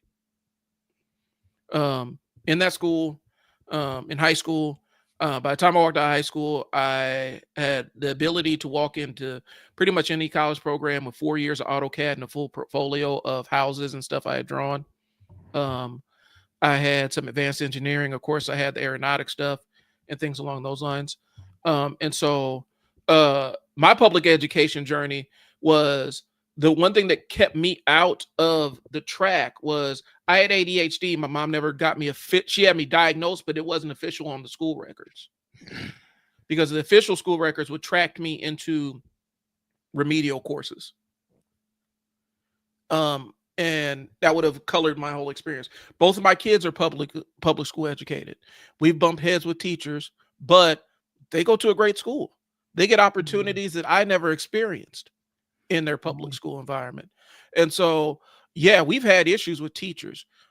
We've had issues having to address teacher behavior, but our experience has been different just because of the context of the school that we're in the school system we're in. I worked in juvenile probation. I had school administrators that were absolutely lazy, terrible, did not care about the kids, and I addressed that as such. What I'm saying is, to Liberty Twitcher's point, I do think when we do throw the baby out with the bathwater a lot of times when we just focus on like test scores and grammatic stuff. Like I've met people that are a lot older than me that don't know the difference between there, and there. I've met people that are older than me that don't know the difference between yours and yours. You're right. Yes. And so I don't think that's a byproduct of the school system. I think that's a byproduct of applying the education that you've learned. Right, correct. And then not only that though, but I would also say to Liberty Twitcher, first and foremost, my guy, I don't know who, male or female, whatever you are, I appreciate you coming on and just be talking because it gives us, because otherwise me and Brian is gonna go back because we usually Gender fluid. All right, I'm with it. Mhm, Um, Brian and I, we're gonna go back and just we'll usually agree with each other and then mhm, whatever. But you bring about that other side that's like, oh, okay, hold on. That I have to actually dig in and say, okay, let me break these things down step by step. And I fucking love that and I appreciate that. mhm. Whether we agree or not, I respect your ability to say it. I respect your right to say it. And I want you to keep coming with that shit. Like, so I'm not one of the type of people that just because we disagree, I don't want Mhm. to talk to you no more. Fuck that. I want to keep talking because then again, I don't necessarily need you to see things from my standpoint, from my point of view. I'm one of my best friends or whatever. We totally disagree on the government paying for all of our stuff because they kind of think the same way that you do. But from the standpoint as a collectiveness, understanding that our country spends all this money outside of this country, we just gave what 200 and how much whatever billions of dollars. 20 billion, Uh, I thought it was 50, either 20 or something like that. 50 billion dollars to a whole nother fucking country. And we cut off our own people right here. Well, But we've been doing that though, in general. So all I'm saying is that all this money that we're spending on everything else is shit that we could be spending right here. And then the other fact that you have mentioned before about our food, like why would I spend more? Why would I put it into a pot where people are abusing it and getting fat as fuck and this, that, and the other? Bro, they're doing shit to our food. They're doing shit to our fucking bro. They're fucking killing us. well, I and mean, and that's the reason why these kids can go out and be playing all day long. I'm 46 years old. I know when I was a kid, when we used to go out, man, we used to be out all day. Man, if you were fat over summer, you're gonna be thin when school come back in, right? But the one thing I started reading about a lot of is all the shit that they're putting in our food is fucking with our DNA and our systems in general. My son is a big fucking kid. He could be out running all day long. We've had every test done, and he's still big as shit. Here's the thing: 13 years old, never lost his baby fat. I've taken him to every that I could afford, which is my money kind of long, Brian, to tell you. mhm. I've taken my son to all kinds of different specialists to figure out what's going on. And they still can't figure it. They're like, well, but he's shooting up through the roof. You see what I'm saying? So I'm, I'm just saying, like, so it's not the additive, it's the carbs and sugars, and that's it. I mean, and possibly, but I know that all the shit that they're doing to our food. I was just at my doctor's appointment. Unlike some people, I actually go to my doctor's every 3 months, mainly because I'm type 2 diabetic. So I have to go, but I do choose to go. Um, yeah, hey, you know what, man? You But might get, and again, I, I, I, I know what you're saying. No sugars, no fruits, no that. There's very little fruit. Again, but I mean, bro, having a 13-year-old yeah, just to cut all of and that. I mean, go ahead. from a dietary standpoint, what works for one person doesn't work for another person, and so that's why you go to the doctor Correct, and to that's why we determine. went. Yeah, Yeah, and I can tell you, like, you're talking to somebody. I mean, my college career, I wasn't playing football in college. I was too short. Like I was too short to play the position I had been playing. But I would always lift in the gym with a lot of the football players stuff. I could lift with them really okay. easily. And so we were eating. We would go in before energy Okay. drinks, take a shot of black coffee, and eat a handful of gummy bears, and go lift for hours. Okay. And so that worked for us. And to be honest with you, a lot of these super fit people have some of the most insanely unhealthy diets that you could even imagine, that you could even fathom. That's one. But to your point, so when we talk about the collectivism, like we do, I do have a framework of evidence that shows that that government investment in in the public good actually raises all ships of the people that you intend to raise. If you look at the explosion of the American middle class post World War II, to the exclusion of black folks, because we were not included in this. We are absolutely legally cut out of a lot of these programs that benefited the baseline middle class, including the GI Bill. I have relatives and stuff where their GI Bill they weren't allowed to access aspects of the GI Bill because of segregation, and so things that were available to their counterparts they had no access to at all. Okay. The public investment in the American middle class in terms of public education, in terms of post-secondary education, in terms of job education, in terms of agricultural education, that absolutely exploded the American middle class. That's why boomers have all the resources, because they're children of that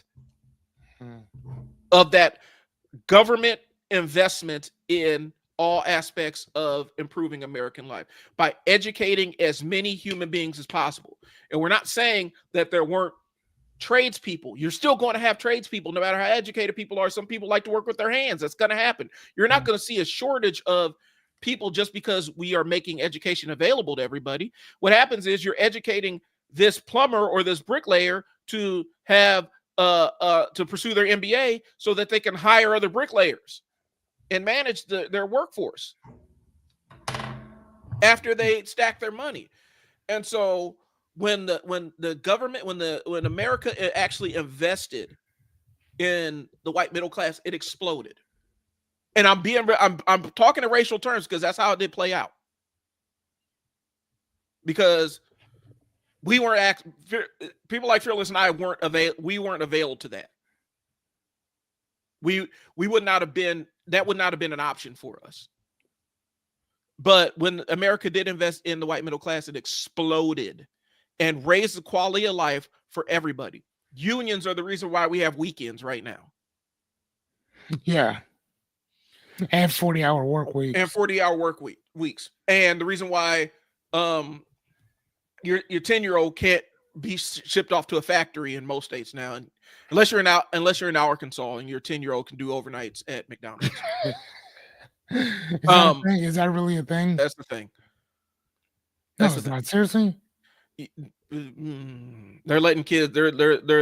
They've had a couple of McDonald's, I believe, in Arkansas got busted for having children working and children being there, and actually doing work. It's egregious. But what I'm saying is all this. What I'm saying, I don't necessarily believe that the individual approach is going to bear fruit, where everybody's responsible for their own education.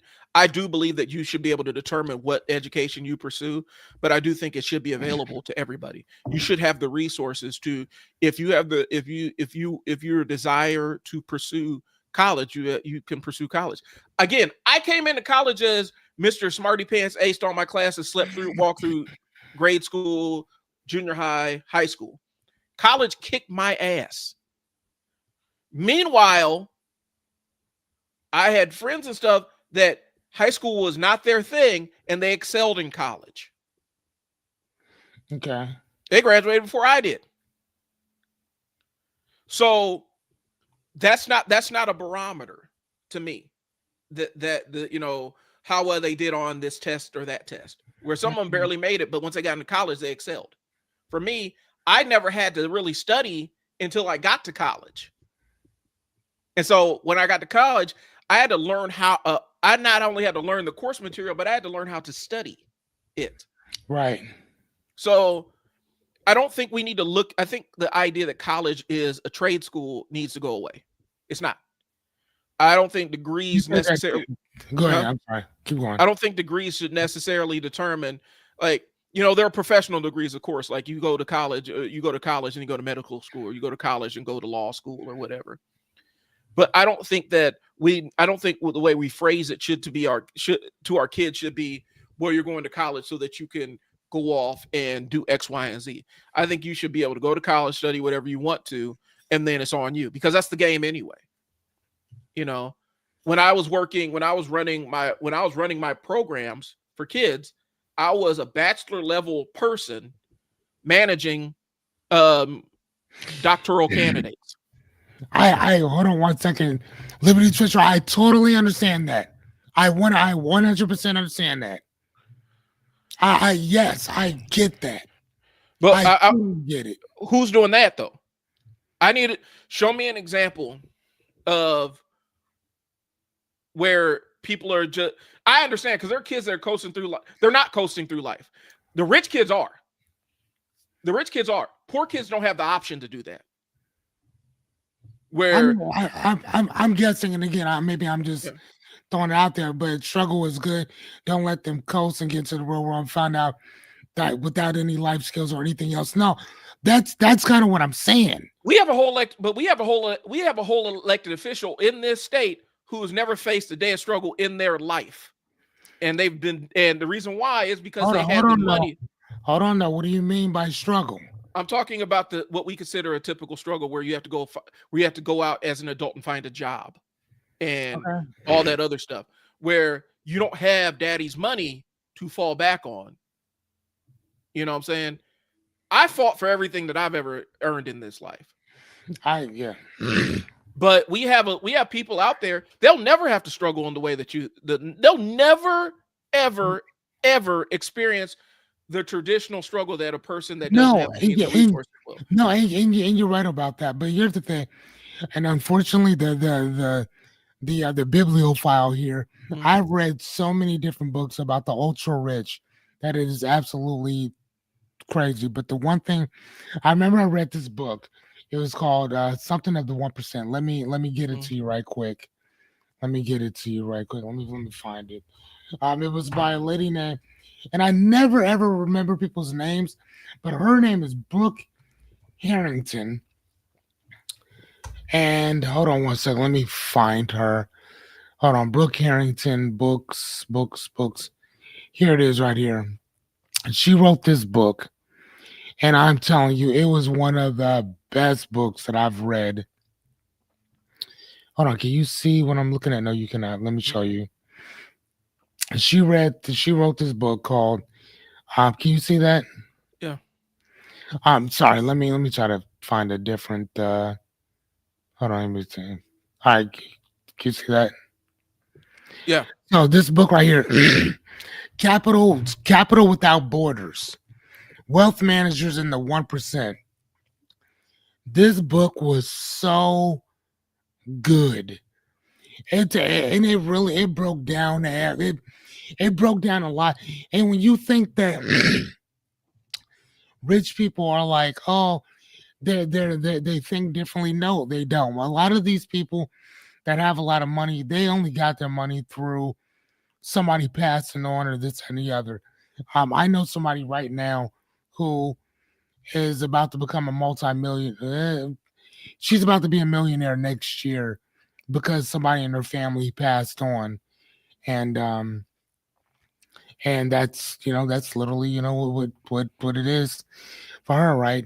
So yeah, so it's this book right here, Capitals Without Borders, and they talk about basically following the money, about all these 18 most popular tax havens in the world, interviewing practitioners to understand how they help their high net worth clients avoid taxes, collectors, and disgruntled heirs. So again, they may not have the same struggles financially and through resources and opportunity as we do, but I assure you, my guy, they do have problems. Well, I'm not saying I never said they very much do. I'm not saying they don't have that.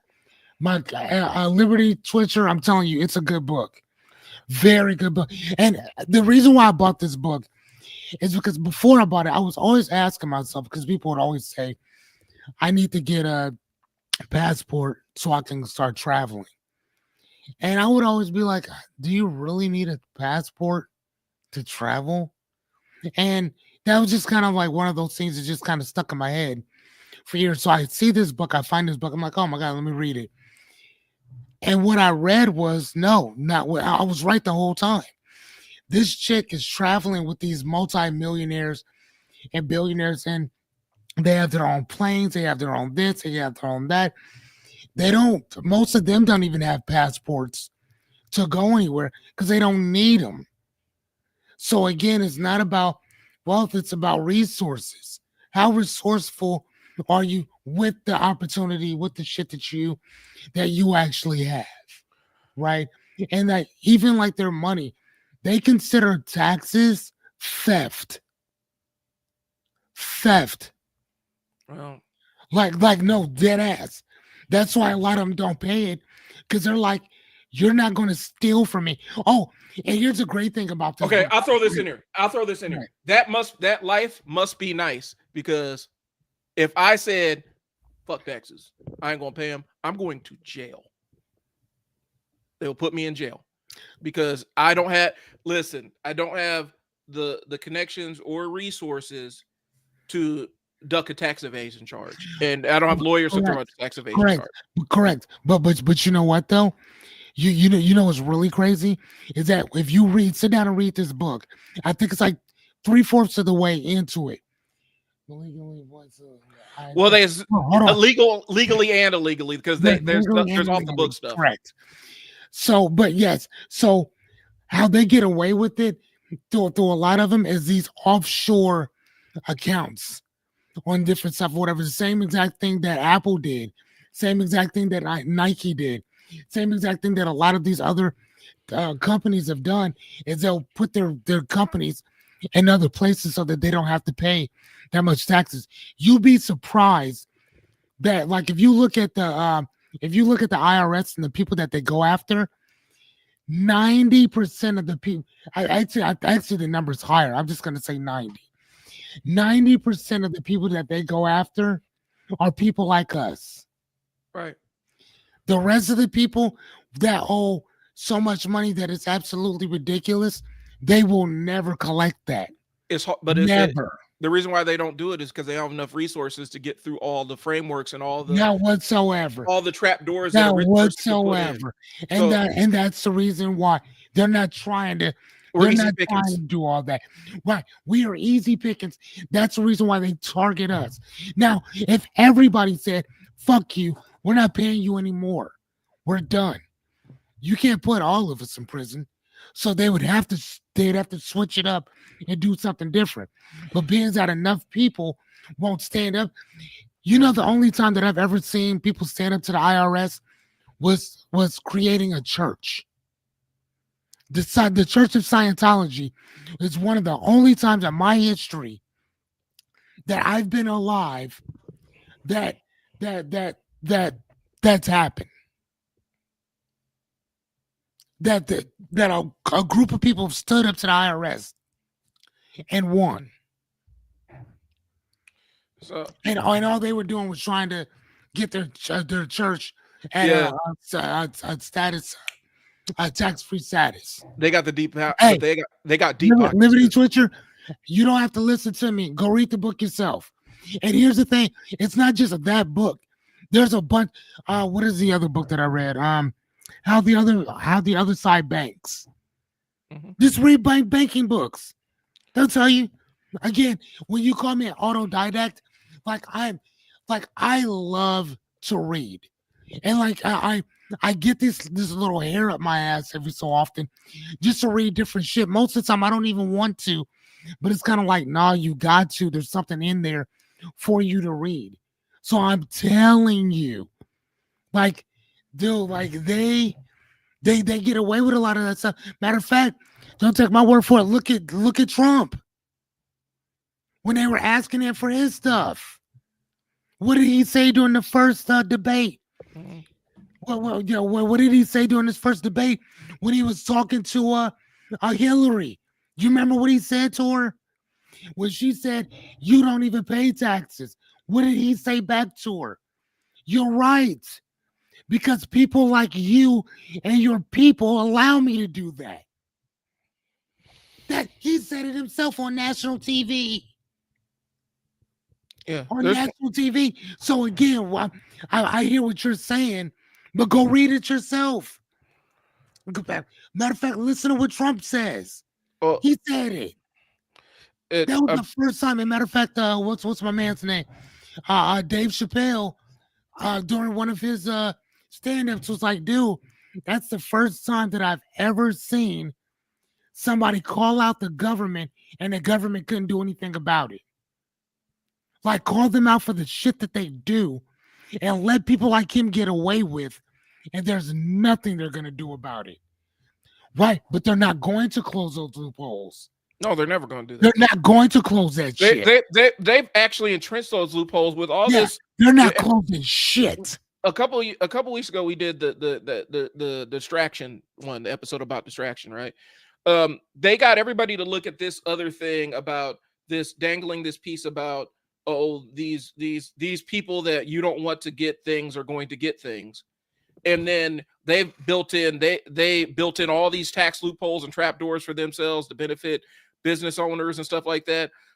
The loopholes are written into law now, so a lot of this stuff that we're worried about now it's law, so it's not going anywhere. They're never going to vote to give themselves less money.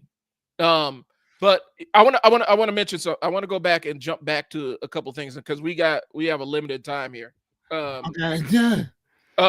I love it though. Thank you so much, Liberty Twister. I appreciate you, man. Thank you. Let's jump back and let's talk about one. It's a generational thing, right? Every generation who's in management complains about the generation that comes after them. That is a function of just time. Okay, say that again. Every generation who is in management is going to complain about the generation that comes after them. They're lazier, they're more entitled, they know less and stuff like that. That's just a function of time. Just like music. Just like our parents in music, man. That ain't music. Crisscross was music, yo. And so a lot of this is highly it really is based on your context. Because even when I was managing people, I was, oh, these younger folks are doing X, Y, and Z and stuff. It's literally just how people are raised in the environment and what's normal in their childhood versus what's normal in your childhood. And so I'm in that exennial place where I'm in between Gen X and the millennial place. And so I do have parts of the digital, like I was old enough, I was kind of almost an adult when a lot of the digital stuff, a lot of the social media stuff came around. But I also had a childhood where I wasn't connected to it. So I'm young enough to understand it, but not old enough to be not old.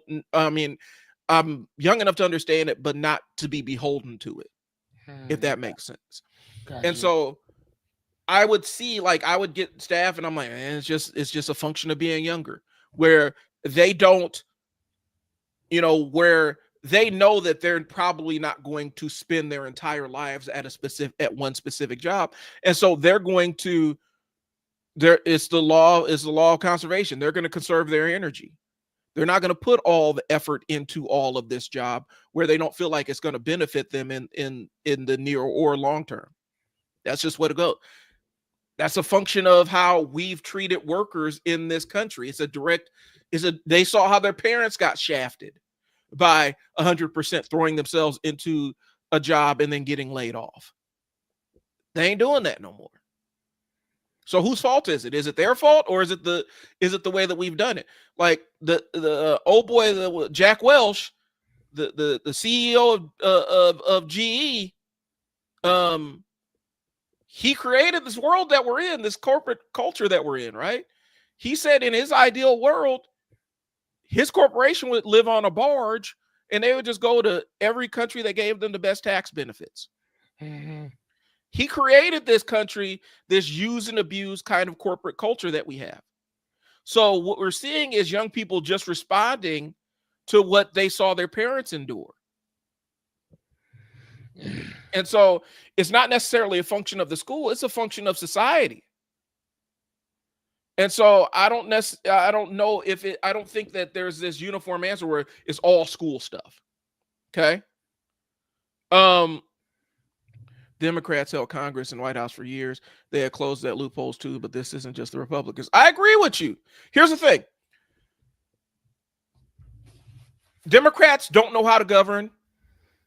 Republicans have no interest in governance. They just like the power. And that's been the dynamic of the current political party system. We're in like 6 or 7 versions of this. That's the groundwork. One side likes all the power and they like to be able to kind of do what they want to do. heedless of what the other side says, and the other side is doing this. We're going to try to play fair and all this stuff and piss everybody off and not get anything done for anybody. So one side isn't effective, the other side doesn't give a fuck. They're going to get done what they want to get done. That's been the nature of the two parties right now. And neither one of them necessarily benefit the people. But also, when you have a political system that is so tied to money, you're never going to get normal people who have normal jobs. Because you have to be independently wealthy to be a politician in this country. We make fun of the politicians that have normal backgrounds and stuff like that. Right? How many AOC jokes have you talked about? Oh, she's a bartender and blah, blah, blah. She's an educated woman. I don't care if you agree with her politics or whatnot. She's educated, but she came from a blue class background. We have a couple here that are local. They get made fun of because they're just, you need to go back to whatever store you came from. Like they're normal people. But they get made fun of. So, hey, Liberty Twitcher, real quick. I just bought that book, Brickneck. And I think that's going to be really good, actually. I just looked at that. I'm not sure when I'm going to read it, but I did buy it. Bro, I can't. And to your point, don't comment before you. I can't read the piece while I'm on a live stream, bro. Hey. So here's the thing. I also, Liberty Twitcher. Yeah, like I said, I just bought it. I just bought the book. So, and I go through these peers or whatever. So I'm pretty sure I'll get it and read it. And it's something I'm already interested in. Matter of fact, we were just talking about. Hold on one sec. I'm sorry. I recommended it so you can see what's happening in China versus the U.S. Not so we can copy China, but so we can see how lost we become. I don't know when you actually stepped on to our podcast, but Brian, was I not talking about that? Yeah, we had talked about all that. Yeah, we was already talking about that because I was reading another book. And that's what I was saying before, that the difference between America and China is that China puts their money back into the infrastructure of their country, period. Now, I was also saying that they don't have the best workforce development or the way that they treat their employees and this, that, and the other, because they got so many people that are just kind of disposable or whatever. But the feats that they have right now, it's so crazy. Hold on. And we put our money into a lawyer to throw monkey riches, that part. And China doesn't really have a lot of that. You either do what we say or you guys have problems. But so I did read that. The other thing is that I also downloaded the piece because I couldn't download it from from your link, Liberty Twitter. So what I did was I took a picture of it and then I copied and pasted the actual thing into Google. It pops it up, but I'm not subscribed to Wall Street Journal. And so it won't let me read. And they won't let me read the whole entire thing. And so I can't access it either. But here's what I'm gonna say, and understand this. So if you're going to post, and this is just this is a journalistic, this is a critique from a journalism major. When you post an article to validate a point, don't post an opinion piece. Okay, say that one more time. When you post an article to get somebody to view a point, do not post an opinion piece. Don't post an editorial piece in response to, because an editorial piece is the paper already disavows what they say, that the editorial is not the editorial already doesn't necessarily meet their journalistic standard. That's why it's on the opinion page. They're saying this is people's opinion. This is not something that's steeped in fact. So if you're going to post something like that, I'm going to read the article if I can get access to it. I don't have a Wall Street Journal subscription. I can't. Oh, okay. I see what you're saying. So it says opinion. Yeah, don't post an opinion piece. Go ahead. If you're talking about a fact-based argument, find an article that actually talks about that actually shows it. Don't go with the opinion piece, because a lot of times when you post an opinion piece, there's no editorial oversight on an opinion piece. Does that make sense? Okay. I'm not even shooting it down. I'm going to read it, but what I'm saying is don't post an opinion piece. Don't post a piece that's on the opinion page, because that means now I got to go vet all the I have to go into this article and vet every single source in order to figure out what's true and what's not true. because there's no Okay. journalistic standard applied to it because it's an opinion piece. Now, they're going to say you can't slay slurs or anything along those lines or make wild, unfounded accusations, of course. But still, by virtue of it being on the opinion page, means that it has a lower journalistic standard than something that would Okay. normally get in there. Okay. So then, Liberty Twitch. Quick question. Is there? Can you find something like this that's an actual Find the study. like? Yeah. I mean, Send me the study, bro. yeah. That's what I'm Yeah. saying. Send Yeah. me Yeah. the study. Because I can look at the I didn't study. even think about that. I didn't know that. I can't try. Okay, bro, I can't try the link because I don't have any way to. It doesn't create a hyperlink on my page. Yeah. We're No, using yeah. StreamYard. We're using StreamYard. So when we click on it, all it does is post it on our page. So Yeah. there's no That's it. hyperlink for us to go to. That's why I had to take a picture of it. Yeah, and if I open up another tab, all that's going to do is it's going to screw up our sound because Yeah. it's gonna have the live stream from the Facebook where I can open it up and read it. So send us the actual link, and then we can copy and paste it. All right. Mm. But the actual, instead of that, send me the study is what I'm saying. Oh, okay. I didn't know that. Yeah, we can't click on the hyperlink without. I would No, have to I open, know that. yeah, I know that. I'm talking about the study versus the opinion. yeah, send me the I study. never knew that. Okay. Yeah, because you can even vet studies. Like my mom did epidemiology. I helped her out with some of the papers and stuff, and did look. There's a whole process to vet sources and things like that. So send me the study. Oh shit. Okay, I didn't know that. So yeah, we're not saying we can't access. I'm saying I can't access the link through StreamYard, which is the platform we're using. I can't see it. Now opening up a new tab will absolutely screw it up. So all right, I will pull this link up off air and take a look at it while we're doing this. Because we're 2 hours in, and I haven't even Yeah, finished. and real quick, and I'm a real fast. I wanted to tell Liberty Twitch, I got your Barry West Can Reading Fix Men and your other recommendations for your other stuff. So I did write everything that you said down. Like I said on our podcast, man, we don't. This is trial and error for a reason. Like we don't know everything, and I will at least go check the stuff out if somebody says Yeah. something to me. Whoop! I appreciate that. Yeah, I review a lot of the stuff on here. I'm just throwing out a piece of advice when you're interacting on here. Specifically, send us the article, send us a link to the Okay, I article, got you. and then we'll take it offline. We'll take it offline and see. All right. And then next Tuesday we can be like, oh, okay, hey, we sat down, we read everything, and then we can just kind of go, yeah, please do.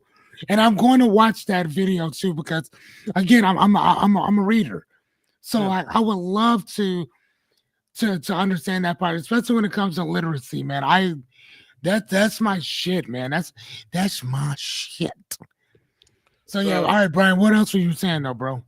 So I guess we're about 2 hours in. I want to kind of start wrapping it up here because I got a couple Okay. other streams I got to get done too. Currently, book I'm reading is 10x is easier than 2x. I'm gonna put that on the screen here real quick. Ooh. Okay. There's some cognitive science in here. Or it's about goal setting, but talking about how we view setting goals. And so far, a lot of the content is basically it's easier to set because if you're trying to 10x something, that means that you need to divorce yourself from the person you were and embrace who you want to be.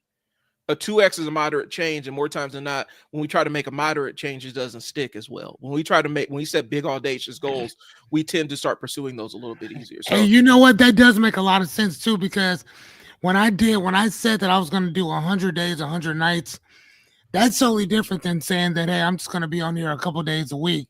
mm-hmm. It forced me out of my comfort zone to do some shit, yo. Right. It forced me. So, and so I'm reading this one. So hopefully I can be done by next week so I can have some takes on it.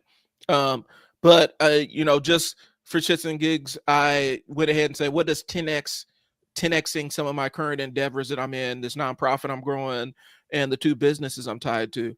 And it gave me some good insights to try. Like what? 10x, give me some.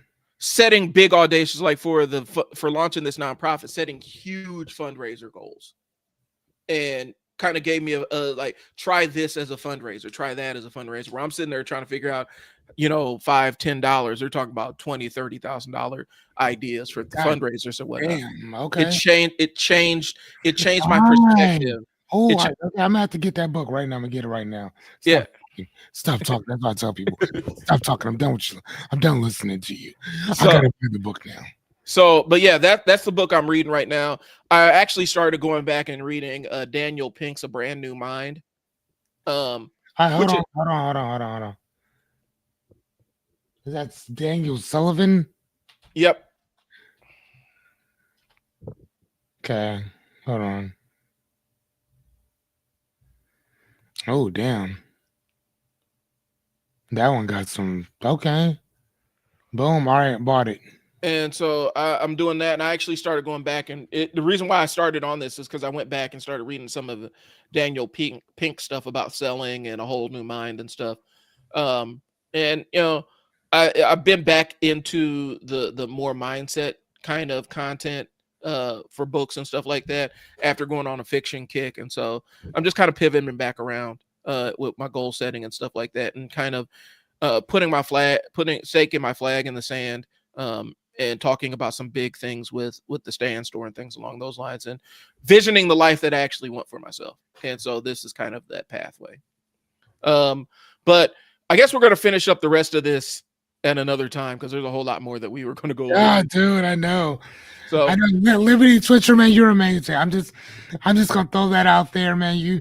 You throw some monkey wrenches in our conversations, and I love it. Thank you. So right now, guys, I have Fearless's stand store up on the screen.